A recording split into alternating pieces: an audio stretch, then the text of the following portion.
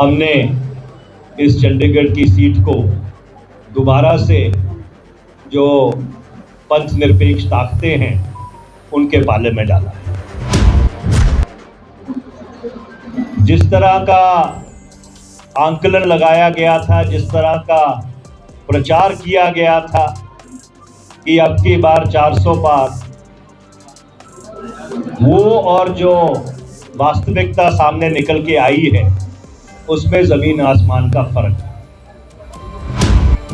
जो गरीब अमीर में बढ़ती हुई असमानता है, संविधान को लेकर जो लोगों की चिंताएं हैं, वो सब इस चुनाव में जमीनी स्तर के ऊपर दिखे। यहाँ पर अगर आप थोड़ा सा चुप रहने की कृपालता करें तो 5 मिनट में इस चीज को खत्म करेंगे।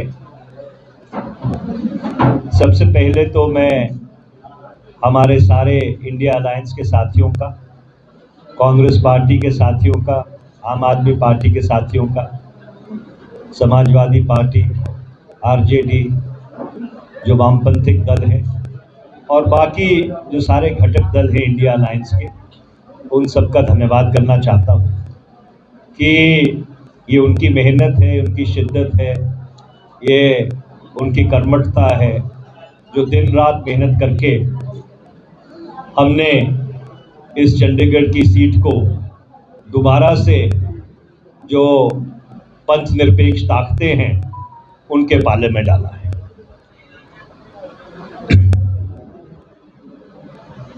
अगर आप इस चुनाव को एक राष्ट्रीय परिप्रेक्ष्य में देखें तो एक बात बिल्कुल साफ हो जाती है कि ये भारतीय जनता पार्टी और जो उनका शीर्ष नेतृत्व है उसमें एक अविश्वास प्रस्ताव, जिस तरह का आंकलन लगाया गया था, जिस तरह का प्रचार किया गया था कि अब की बार 400 पार, वो और जो वास्तविकता सामने निकल के आई है उसमें जमीन आसमान का फर्क है। जो जमीन के मुद्दे थे, बेरोजगारी, महंगाई, जो गरीब अमीर में बढ़ती हुई असमानता है, संविधान को लेकर जो लोगों की चिंताएं हैं, वो सब इस चुनाव में जमीनी स्तर के ऊपर दिखी। मैं एक बार फिर से आप सबका बहुत बहुत धन्यवाद करना चाहता हूं। आज का मकसद प्रेस वार्ता करना नहीं था, पर आप यहाँ पे आए और मेरे मीडिया से बहुत खट्टे मीठे संबंध रहे हैं। मैं आज 20 साल से कांग्रेस का राष्ट्रीय प्रवक्ता हूँ, इस देश का सूचना और प्रसारण मंत्री भी रहा हूँ, तो इसलिए आप आए थे। आप में से कईयों को चुनाव के दौरान मैंने बहुत निराश किया था कि 1-on-1 नहीं करता हूँ मैं, पर आज मैंने ये उचित समझा कि आप इतनी बड़ी गिनती में आए। आपका बहुत हमको सहयोग मिला चुनाव के दौरान। आपका भी सबका बहुत बहुत धन्यवाद और आपके माध्यम से चंडीगढ़ की तमाम जनता का बहुत बहुत धन्यवाद। और हमारी कोशिश रहेगी कि जो उन्होंने हमारे में भरोसा जताया है उसके ऊपर हम खरे उतरने की कोशिश करेंगे। मैं एक आखिरी बात ज़रूर कहना चाहूँ। देखिए, दुर्भाग्यपूर्ण बात है कि ये चुनाव का प्रचार प्रसार बहुत ज़्यादा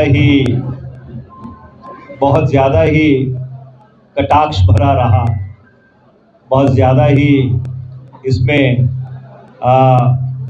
एक पर्सनलाइज्ड एलिमेंट आ गया था जो नहीं आना चाहिए था। पर मैं अपनी तरफ से, मेरे मन में ना कोई रंजिश है, ना मेरे मन में कोई द्वेष है, ना ही मेरे मन में ऐसी कोई भावना है कि हम अपने राजनीतिक प्रतिद्वंदियों को कोई बुरा भला कहें। श्री संजय टंडन जी ने अच्छा चुनाव लड़ा, मैंने उनको मुबारकबाद देना चाहता हूँ और मेरी कोशिश रहेगी कि चंडीगढ़ की बेहतरी के लिए हम सभी लोगों को साथ लेके चले। जो हमारे राइवल कैंडिडेट है उनके क्लियर होने के बाद और सर्टिफिकेट जो है मनीष तिवारी जी को दे दिया गया और ये हैट्रिक है मनीष तिवारी जी की सांसद बनने की पूरे देश के लिए। पहले लुधियाना से फिर पर अब हम चंडीगढ़ से मनीष जी को जाने नहीं देंगे, यहीं रखेंगे इनको परमानेंट और यहीं इनसे काम भी लेंगे और काम करवाएंगे भी। आपने ये जो मोदी साहब 400 पार की बात करते थे, कल क्या हालत बनी हुई थी कि खुद की मेजॉरिटी भी नहीं आई भाजपा की। उनके युद्ध के अंत की शुरुआत है।